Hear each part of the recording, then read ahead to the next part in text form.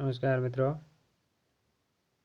पिछले भाग में अपने पढ़ा था मारवाड़ के राठौड़ राजवंश राव सुंदरसेन के बाद आज अपन अध्ययन करेंगे मोटा राजा उदय सिंह 1583 से 1595।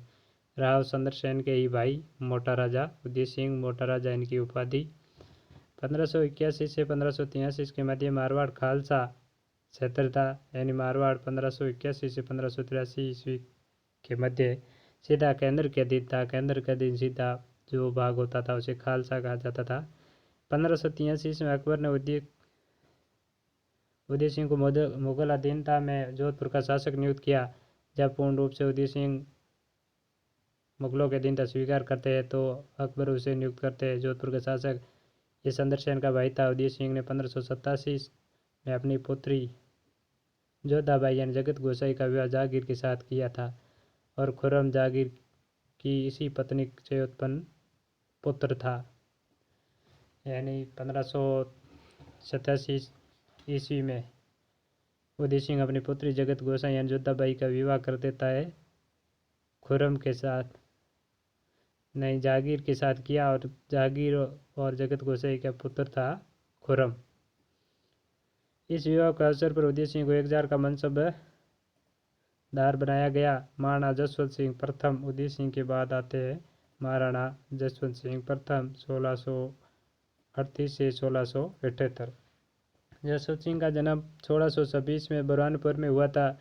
वे अपने पिता गजय सिंह के स्वर्गवास के समय जसवंत सिंह अपने विवाह हेतु बूंदी में था। जब अपने पिता की मृत्यु होती है गज सिंह की, तब जसवंत सिंह अपने विवाह हेतु बूंदी में था। गज सिंह की मृत्यु का समाचार प्राप्त होते ही बादशाह शाहजहां के द्वारा उसे आगरा पहुंचने का निमंत्रण भी मिला और वहां पहुंचने पर शाही तौर पर उसे टीका दिया गया। खिलात, खड़ाऊ और जमदर आदि वस्तुओं से सम्मानित किया गया। इस अवसर पर उसे राजा का खिताब तथा शारजा तथा सुवार का मनसब प्रदान किया गया।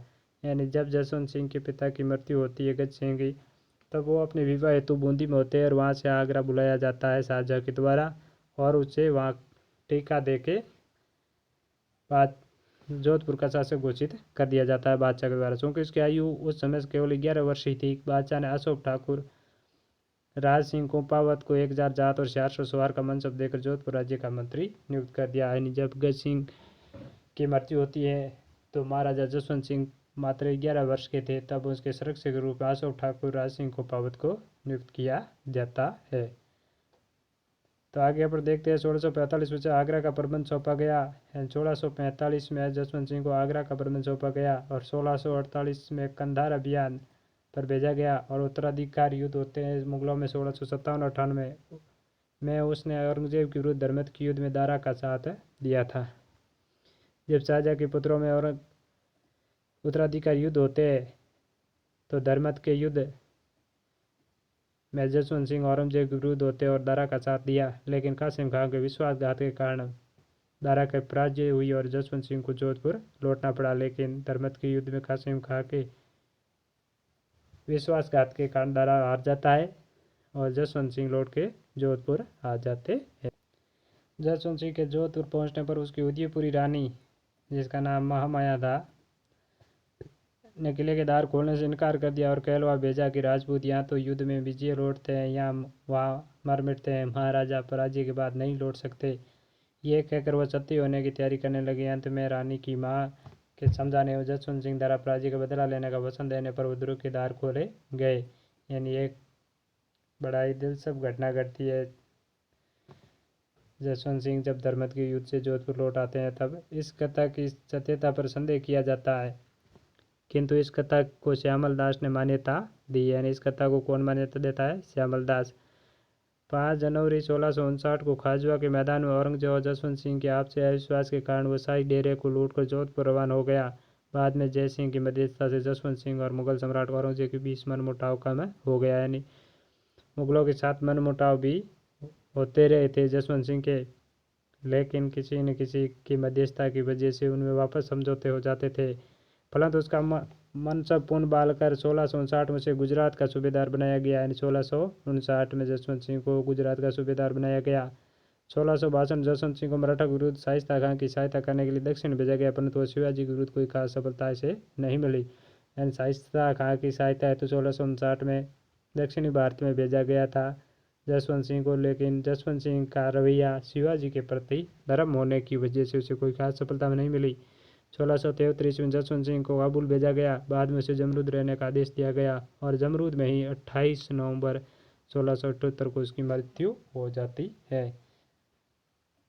यानी सर्वविदित होगा 1678 में जब जसवंत सिंह की मृत्यु होती है तो उसका कोई जीवित पुत्र नहीं था, लेकिन उसकी मृत्यु के बाद उसके 2 पुत्रों का जन्म होता है, जिसमें से एक जीवित रहता है, जगजीत सिंह, जिसका नाम रखा जाता है।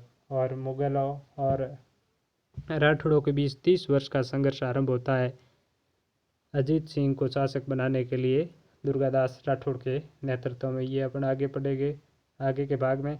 जसवंत सिंह विद्वानों का आश्रयदाता था। जसवंत सिंह एक विद्वान शासक था। उस समय विद्वानों में सूरत मिश्र यानी जसवंत सिंह के दरबार के विद्वान नरहरिदास, नवीन कवि बनारसीदास अधिपति थे। मूण नैणसी उनका मंत्री था। नैणसी ने नैणसी ख्यात और मारवाड़ प्रगनारी विगत नामक ग्रंथों की रचना की थी, तो आप इनको भी याद रखें। और जसवंत सिंह खुद उस कोटि का विद्वान था। जसवंत सिंह ने भाषा भूषण और प्रबोध चंद्रोदय नामक नाटकों की रचना की थी।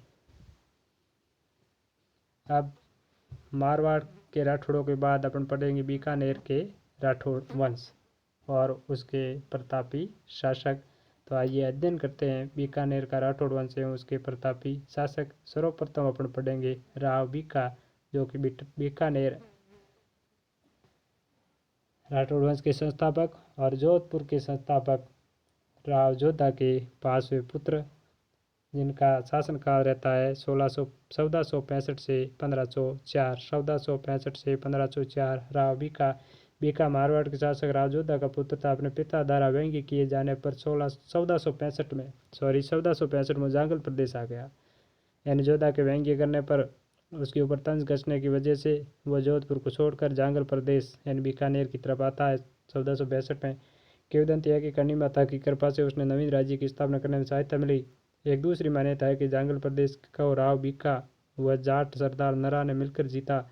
दोनों के नाम पर इसे बीकानेर कहा गया। भाटी, सोहान, खींचियों, कामख्यानी आदि स्थानीय शक्तियों की फूट का लाभ उठाकर उसने अनेक गांवों पर अधिकार कर लिया और पुंगल के राव शेखा की पुत्री से विवाह कर उसने अपनी स्थिति को और मजबूत किया। 1488 में बीकानेर की स्थापना कर राठौड़ सत्ता का दूसरा केंद्र बना दिया। और बीकानेर की स्थापना कब कर दी? 1488 में। और बीकानेर के राठौड़ वंश की स्थापना वो 1465 में ही कर देते। और बीकानेर की स्थापना के साथ ही बीकानेर राठौड़ सत्ता का दूसरा केंद्र महत्वपूर्ण केंद्र बन जाता है। प्रथम केंद्र मारवाड़ जोधपुर था। इसने देशनोक में करणी माता के मूल मंदिर का निर्माण भी राव बीका ने करवाया था। और राव बीका के बाद महत्वपूर्ण शासक आते हैं राव लूणकरण। राव लूणकरण 1505 से 1526। राव लूणकरण राव बीका का छोटा पुत्र था। यानी बीका के पुत्र थे राव लूणकरण। 1505 से 1526 तक शासन करते हैं। इसने नागौर के शासक मोहम्मद खां को हराया और 1526 में ढोसी के युद्ध में नारनौल के नवाब अबी मीरा से लड़ता हुआ मारा गया। बीटू सूजा ने अपने ग्रंथ राव जयत सिरुसंद में से कलयुग के कर्ण का कहा है। यानी कलयुग का कर्ण किसे कहा जाता है? राव लूणकरण को। किसने कहा? बीटू सूजा ने। कौन से ग्रंथ में? राव जयत सिरुसंद में।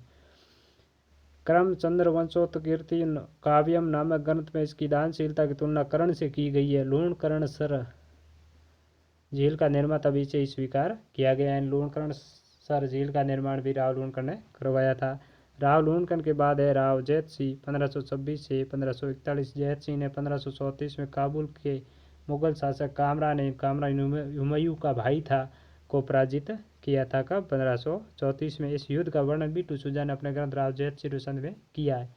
इसने बीकानेर पर मालदेव के आक्रमण के दौरान अपने मंत्री नागराज को शेरशाह से सहायता प्राप्त करने को भेजा, मगर सहायता आने से पूर्व ही 1541 में साहेबा का युद्ध जोधपुर में जयत सिंह से लड़ता मालदेव से लड़ता हुआ राव जयत सिंह वीर गति को प्राप्त हुआ। और यहीं से आरंभ हो जाती है मारवाड़ और बीकानेर की दुश्मनी, जब मालदेव ने आक्रमण किया था बीकानेर पर और राव जयत सिंह को मार दिया था। राव जैत सिंह के बाद आते हैं कल्याणमल 1541 से 1577। कल्याणमल ने खानवा के युद्ध 1527 में राणा सांगा की ओर से भाग लिया था। यानी बीकानेर का कौन सा शासक राणा सांगा की सहायता हेतु गया था? तो राव कल्याणमल कब? 1527 में। और आपने पढ़ा ही था मारवाड़ में से गए थे राव मालदेव, जो राव गंगा के शासनकाल के समय उनके पुत्र थे। कल्याणमल ने 1544 में गिरी शिमल के युद्ध में मालदेव गुरु शेरशाह की ओर से भाग लिया था। यानी जब 1544 में गिरी शिमल का युद्ध होता जाता और कुंपा लड़ते हैं, मालदेव युद्ध से पलायन कर जाते हैं, तब कल्याणमल राव शेरशाह के साथ थे, शेरशाह सूरी के साथ थे राव कल्याणमल, सॉरी। इसने भटनेर के किले पर अधिकार किया तथा 1557 में अकबर के नागौर दरबार में उपस्थित होकर मुगल स्वाधीनता स्वीकार कर ली।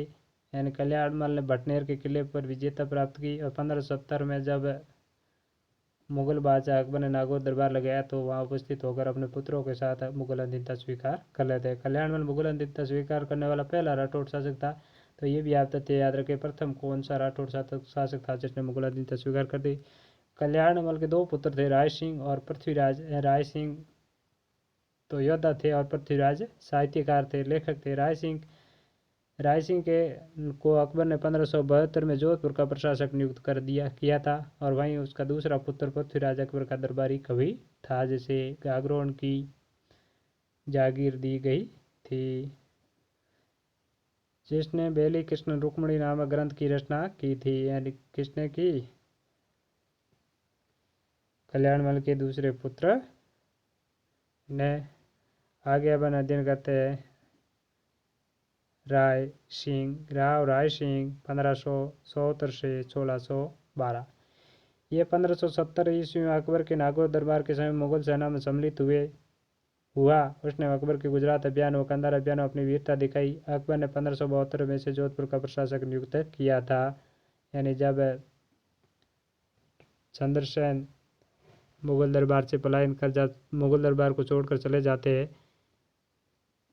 तो पीछे से अकबर जोधपुर पे कब्जा करता है और उसके बाद राय सिंह को वहाँ का प्रशासक नियुक्त करता है। जोधपुर का प्रशासक नियुक्त किया था 1514। राय सिंह ने महाराजा धीराज की उपाधि के साथ बीकानेर का शासक बना। राय सिंह ने बीकानेर में जूनागढ़ दुर्ग का निर्माण कराया तथा किले के दरवाजे पर जयमल और फतेह की पाषाण मूर्तियां लगवाई थी। यानी जो आगरा के किले पर लगी हुई थी वो तोड़वा दी गई मुगलों के द्वारा। तब जयमल और फतेह की ये पाषाण मूर्तियां राय सिंह जूनागढ़ दुर्ग के दरवाजे पर लगवाते हैं। किले के भीतर इसने एक प्रस्तुति लिखवाई जिसे राय सिंह प्रस्तुति कहा जाता है। इसके समय भीषण अकाल पड़ा, जिसने निपटने हेतु उसने बहुत धन खर्च किया। मुंशी देवी प्रसाद ने इसे राजपूताने का कर्ण की संज्ञा दी है। कलयुग का कर्ण राव लूणकर्ण और मुंशी देवी प्रसाद ने राजपूताने का कर्ण किसे कहा है? तो राय सिंह को कहा। अब आते हैं राय सिंह के बाद करण सिंह 1631 से 1668। कर्ण सिंह ने मुगल सम्राट शाहजहां के दक्षिणी अभियानों में महत्वपूर्ण भूमिका निभाई। जाखड़िया गांव के सीमा विवाद को लेकर इसका नागौर के शासक अमर सिंह के साथ युद्ध 1642 या 44 तिथि स्पष्ट नहीं है, इन दोनों तथ्यों के वर्षों में हुआ था, जो मतिरे की राड़ के नाम से जाना जाता है। बेहद ही इम्पोर्टेंट, मतिरे की राड़ किन के मध्य? बीकानेर के करण सिंह और नागौर के अमर सिंह के मध्य। अमर सिंह वही अमर सिंह है जिसे कटार का धनी कहा जाता है। मुगल उत्तराधिकारी के युद्ध में समय कर्ण सिंह तटस्थ रहा, मगर युद्ध में औरंगजेब का पलड़ा भारी देखकर अपने पुत्र पदम सिंह व केसरी सिंह को औरंगजेब की सहायता भेजा। औरंगजेब के शासक बनने के उपरांत वह उसकी सेवा में चला गया। चिंतामणि भट्ट के ग्रंथ सुख सप्तती में कर्ण सिंह को जांगलदर बादशाह कहा गया है। यानी दो उपाधि आई है, राय सिंह की महाराजा धीराज और कर्ण सिंह की जांगलदर बादशाह।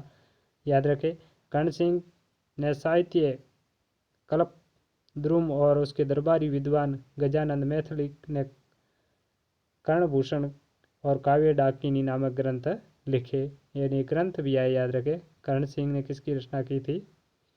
स्वयं कर्ण सिंह ने कल्पद्रुम और उसके दरबारी विद्वान थे गजानंद गंगानंद मैथिली ने कर्णभूषण और काव्य डाकिनी नामक ग्रंथों की रचना की।